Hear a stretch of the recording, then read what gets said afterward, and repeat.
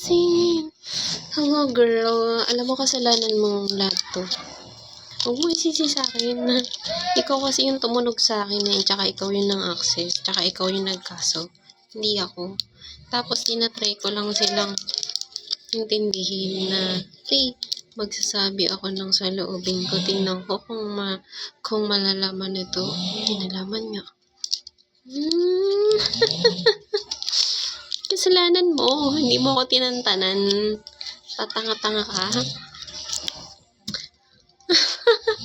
Hindi ako. Sure ka? Sana nga hindi ako.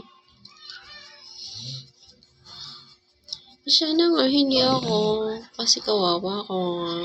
Kawawa naman ako. Kuyang niyang mamahal sa akin. Muntik na ako mamatay.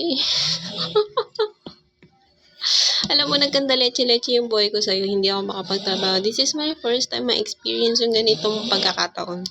Nasa tinagal-tagal ng pag-stay ko dito, ganito yung nangyari.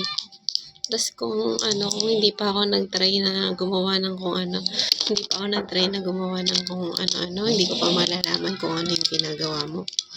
Tapos, nananghaka ka, tapos nagpapasunod ka ng kung sino-sino. Ikaw ang sisisihin ko sa lahat ng mga nangyayari dito.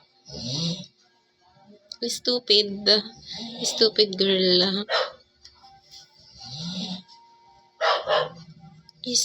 ka, alam mo ba yun? Kasi kung ako yun, malalaman nilang lahat yung totoo.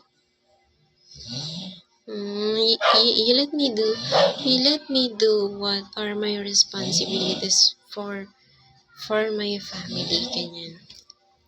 Pinipigilan mo ako, kinokontrol mo ako eh. So, hindi ko alam. Kasi hinihinder mo pa rin ako magawa ng kung ano-ano.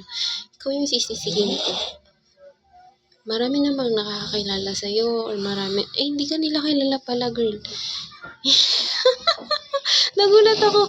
Hala, sino yun? Tinatanong nila sa akin. Sabi ko, hindi ko kilala yan.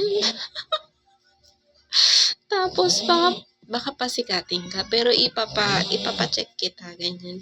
Ipapacheck ko yung mga kauli mo na gumagawa ng something. Tapos, iba pala yung definition. More like a gangster ka. Hindi ka more like brothers and sisters and kapatiran, ganyan. So, good luck. Sana magawa ko yung kailangan kong gawin. Kasi, sayang naman yung buhay ko kung hindi ko yun magagawa.